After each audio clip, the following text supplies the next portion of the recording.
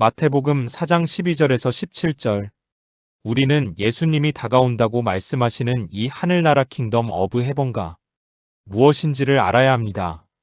그리고 사람들이 어떤 행동을 취하기를 예수님이 기대하셨는지를 알아야 합니다. 이것이 예수님의 모든 존재와 행동의 핵심임에도 불구하고 우리들은 그냥 하늘나라는 죽어서 가는 천국 정도로 생각하고 그렇게 목회자들도 설교하고 있습니다. 마태복음은 유대인들을 위해 쓰인 책입니다. 그러므로 독자들은 1세기 유대인들입니다. 그런 관점에서 읽어야 합니다. 유대인들은 하나님에 대한 경외심과 존경심 때문에 하나님이라는 표현 대신에 하늘이라는 표현을 일반적으로 사용했습니다. 다른 복음서들은 하나님 나라라는 문구를 사용하고 있습니다. 그러므로 하늘나라가 어떤 장소를 의미한다고 생각해서는 안 됩니다. 즉 하늘을 하나님의 백성이 죽은 후에 가는 어떤 장소로 생각해서는 안 된다는 것입니다. 오늘 본문에서도 그러한 해석은 전혀 맞지 않습니다. 만약에 하늘나라가 그러한 곳이라면 어떻게 다가온다? 혹은 도착하고 있다고 말할 수 있을까요? 그렇게 말할 수 없다면 하늘나라가 하나님 나라와 같은 뜻이라면 그러면 그 당시 유대인이라면 누구나 하나님 나라 혹은 하늘나라의 의미를 이해했을 것입니다. 그것은 곧 혁명을 의미했습니다. 예수님 또한 하나님 나라 운동의 분위기 속에서 자라셨습니다. 로마인들은 예수님이 태어나시기 약 60년 전에 예수님의 고향 땅을 정복했습니다. 그들은 이스라엘 땅을 정복했던 여러 이교도 민족 중 마지막 민족이었는데 헤롯 왕가를 그들의 꼭두각시 군주로 세워서 대신 다스리게 했습니다. 그러므로 대부분의 유대인은 로마 측과 헤롯 측 모두를 싫어했고 반란의 기회가 오기를 간절히 원했습니다. 그러나 그들은 단순히 정복된 민족들이 대개 바라는 그러한 자유를 갈망한 것이 아닙니다. 그들이 자유를 원한 이유는 하나님과 자신들의 정체성 그리고 이 세상에 대해 그들이 믿었던 것 때문입니다. 온 세상을 만드신 유일하신 하나님이 계신다면 그리고 자신들이 그 하나님의 특별한 백성이라면 이교도 이방인들의 통치를 받는 것이 하나님의 뜻일 수는 없다고 생각했던 것입니다. 게다가 하나님은 성경을 통해서 언젠가는 정말로 그들을 구출하시고 모든 것을 바로잡으시겠다고 약속하셨습니다. 이러한 약속들은 특히 한 가지 내용에 초점을 맞추고 있었습니다. 바로 하나님이 왕이 되신다는 것이었습니다. 단순히 이스라엘의 왕이 되는 것이 아니라 온 세상의 왕이 되겠다고 하셨습니다. 그 왕은 마침내 정의와 평화를 가져올 왕, 거꾸로 된 이 세상을 다시 바로 세우실 왕이었습니다. 이스라엘의 혁명가들은 오직 하나님만이 왕이 되셔야 한다고 믿었습니다. 그들은 바로 이 하나님 나라 즉 하늘나라를 갈망했고 이를 위해서 기도하고 열심히 일했으며 이를 위해서라면 죽을 준비도 되어 있었습니다. 그런데 이제 예수님이 하나님 나라가 하늘의 주권적 통치가 다가오고 있다고 선포하신 것입니다. 이것이 오늘 본문에서 마태가 말하고자 하는 요점입니다.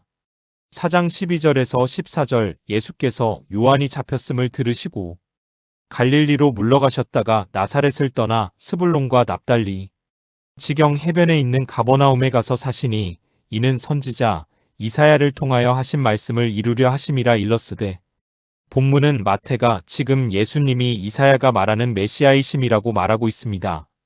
즉 보아라 이분은 이미 이사야 선지자가 예언한 분이시다라고 말하고 있는 것입니다. 이사야의 예언은 앞으로 태어날 아기 오실 메시아 그를 통해 하나님이 이스라엘을 진정으로 해방시키실 것에 대해서 이야기하고 있습니다. 이사야 9장 1절에서 7절. 이처럼 마태는 예수님이 이 땅에 오신 것도 1장 22절과 23절, 애굽으로 피난 가신 것도 2장 15절, 그리고 애굽에서 다시 이스라엘 땅으로 돌아오셔서 나사렛 동네에서 성장하신 것도 2장 23절, 그리고 공생의 사역 기간 동안 가버나움에 사신 것도 모두 구약에서 선지자를 통해 예언된 말씀을 성취하기 위함이라고 계속해서 말하고 있습니다. 구약 성경에 익숙한 유대인들을 대상으로 복음서를 기록한 마태는 예수의 사역을 이처럼 구약 예견의 성취 관점에서 기록하였던 것입니다. 4장 16절 흑암에 앉은 백성이 큰 빛을 보았고 사망의 땅과 그늘에 앉은 자들에게 빛이 비치었도다 하였느니라.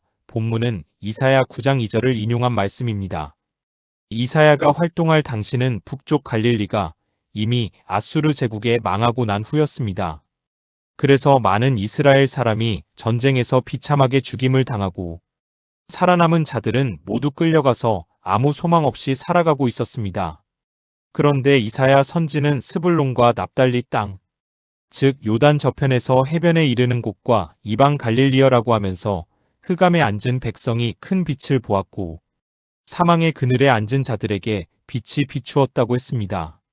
마태는 예수님의 가르침을 갑작스러운 빛에 눈부셔하는 어둠 속에 있는 사람들에 대한 이사야의 예언과 연결하고 있습니다. 즉 이사야가 예언한 분이 바로 이 사람이라고 외치고 있는 것입니다. 4장 17절 이때부터 예수께서 비로소 전파하여 이르시되 회개하라 천국이 가까이 왔느니라 하시더라. 하나님 나라는 희망만이 아니라 위엄도 의미했습니다. 정의와 평화가 오고 있는 중이라면 정의를 왜곡하거나 평화를 방해한 사람들은 벌을 받을 것입니다. 그러므로 아직 시간이 있을 때 행실을 바로잡는 게 좋을 것입니다. 그러므로 회개하라고 예수님은 말씀하고 있습니다. 여기서 우리는 회개란 것에 대해서 제대로 이해해야 합니다. 회개는 우리가 지은 죄를 가지고 용서를 구하는 것이 아닙니다. 그것은 참회입니다. 그러면 회개는 무엇일까요? 그 말의 뜻은 방향을 바꾸다, 혹은 돌아서서 다른 길로 가다, 혹은 하던 일을 멈추고 그 반대의 일을 하다입니다. 그러므로 회개는 어떻게 느끼느냐는 중요하지 않습니다. 중요한 것은 무엇을 하느냐입니다. 예수님은 그 당시 사람들이 잘못된 방향으로 가고 있다고 생각했습니다. 그들은 일반적인 종류의 혁명에만 온통 정신을 쏟았습니다. 즉 지배 세력에 대한 군사적 저항과 그 결과로 쟁취할 군사력만을 생각하고 있다는 것입니다. 예수님이 광야에서 받으신 유혹 중 하나가 바로 하나님의 메시아로서 자신의 지위를 사용해서 스스로 권력과 특권과 영광의 자리에 오를 어떤 사회운동을 시작하라는 것이었습니다.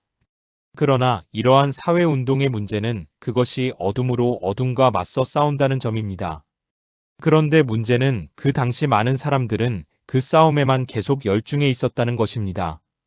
따라서 회개에 대한 예수님의 메시지는 개인의 죄를 반성하라는 것이 아니라 물론 예수님은 그것도 원하시겠지만 하나의 민족으로서 그들이 폭력혁명이라는 낭떠러지로 내달리는 것을 그만두고 그 반대 방향으로 빛과 평화와 치유와 용서의 하나님 나라를 향해 가라는 것이었습니다.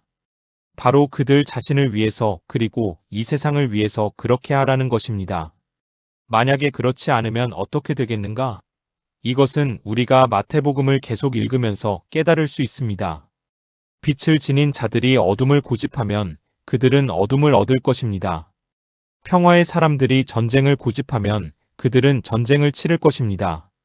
이 세상에 하나님의 사랑과 용서를 가져오도록 부름을 받은 사람들이 다른 사람들을 미워한다면 증오가 따를 것입니다. 그것은 어떤 임의적인 심판이나 처벌이 아닙니다. 그들이 자초한 일입니다. 그러므로 아직 시간이 있을 때 회개해야 한다는 것입니다. 하나님 나라가 오고 있는데 그들은 그 길을 막고 있습니다. 이것은 오늘날에도 마찬가지입니다. 예수님의 사역과 죽음 그리고 부활을 통해서 세우신 나라가 이제 우리 앞에 동일한 도전을 하며 서 있습니다. 그러면 우리는 어떤 선택을 해야 하는 것일까요?